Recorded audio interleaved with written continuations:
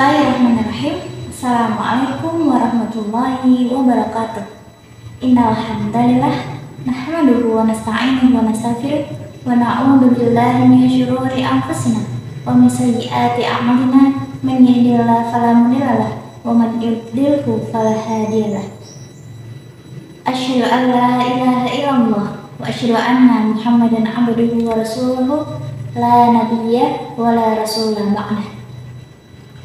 Pertama-tama dan yang paling utama, marilah kita panjatkan puja serta puji syukur kita kehadirat Allah Subhanahu wa Ta'ala yang telah memberikan kita rahmat serta nikmat sehat sehingga kita bisa bertemu di bulan Ramadan yang penuh berkah ini. Insya Allah, amin. Bulan Ramadan itu adalah bulan yang membawa hati, yaitu hati yang tunduk, hati yang patuh, hati yang taat, hati yang malu, hati yang takut, hati yang cinta pada Allah Subhanahu wa Ta'ala. Orang yang masuk di bulan Ramadan dengan hati yang diinginkan oleh Allah Subhanahu wa Ta'ala, maka mereka itulah adalah peraih-peraih Ramadan sesungguhnya. Datang di bulan Ramadan dengan linangan air mata kepasrahan, masuk di bulan Ramadan dengan hati yang tunduk. Dan bahkan ada hamba-hamba mulia yang beliau itu masuk di bulan Ramadan dengan hati yang sujud kepada Allah Subhanahu wa Ta'ala. Maka mereka itulah adalah orang-orang ahli Ramadan. Para pemirsa yang dirahmati oleh Allah Subhanahu wa Ta'ala, izinkan saya menyampaikan sedikit tentang siapakah ahlul Quran itu. Dari hadis diriwayatkan an Anas bin Malik radhiyallahu anhu qala Rasulullah sallallahu alaihi wasallam, inna lillahi ahlina minan nasi. Qalu ya Rasulullah, man hum? Qala hum ahlul Quran, ahlullah wa khassatuhu. Rawahu Ibnu Majah.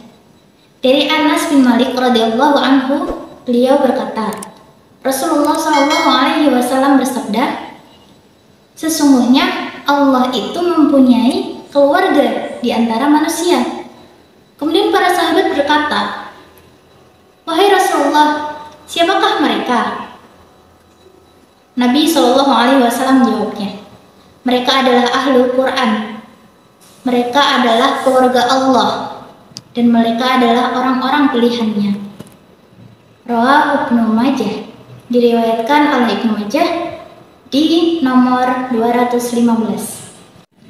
Salah satu hamba Allah Subhanahu wa Ta'ala yang termasuk ahlul Quran yaitu beliau Rasulullah Sallallahu alaihi wasallam. Kenapa Rasulullah? Karena beliau selalu membersamai Al-Quran, selalu mentadaburinya, selalu mengamalkannya. Kita sebagai pengikut setia Rasulullah Sallallahu alaihi wasallam yang katanya ingin mendapatkan syafaatnya, maka kita juga harus mengikuti langkah-langkahnya.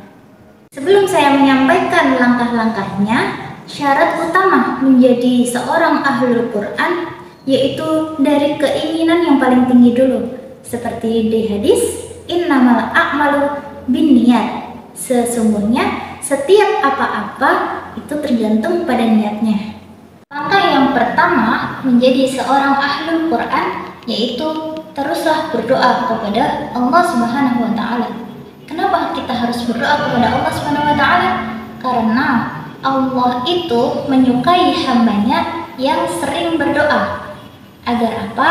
Agar kita dimudahkan, agar dikuatkan lagi imannya, agar dikuatkan lagi keinginannya untuk menjadi seorang ahlul Quran.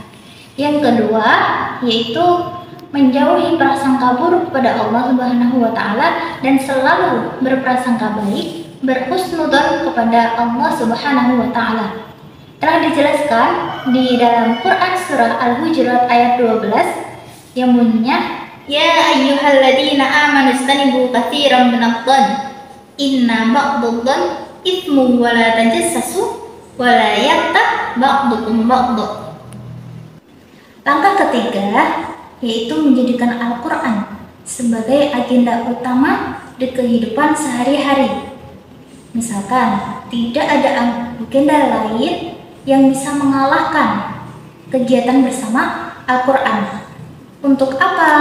Untuk mensupport kita agar kita lebih semangat mendekatkan diri kepada Allah dan bisa menjadikan Al-Quran sebagai pedoman hidup kita, menjadikan Al-Quran sebagai jalan petunjuk kita, dan sebagai ibadah untuk persiapan di akhirat kelak. Langkah yang keempat yaitu kita memahami Al-Quran, memahami arti perkata, memahami ayat demi ayat, memahami surat, sehingga kita semoga bisa memahami satu isi Al-Quran. Tidak juga itu, kita harus juga mentadaburinya serta benar-benar menjadikan Al-Quran itu sebagai pedoman hidup kita dengan cara kita mempelajari, mendengarkan kisah-kisah nabawi. Semoga Allah Subhanahu wa Ta'ala memilih kita menjadi seorang ahli Quran, menjadi ahli Quran, menjadi keluarga Allah, dan menjadi salah satu hamba pilihan Allah Subhanahu wa Ta'ala. Amin, Allahumma amin. Maha benar Allah atas semua yang saya sampaikan. Mudah-mudahan menjadikan motivasi kuat agar kita terus ingin menjadi seorang ahli Quran. Amin, Allahumma amin. Sekian dari saya. Apabila ada kesalahan, itu datangnya dari saya sendiri, dan bila ada kebenaran, itu datangnya dari Allah Subhanahu wa Ta'ala. Akhirul kalam, ma'assalamah wa ma'an najah. Syukran. Wassalamualaikum warahmatullahi wabarakatuh.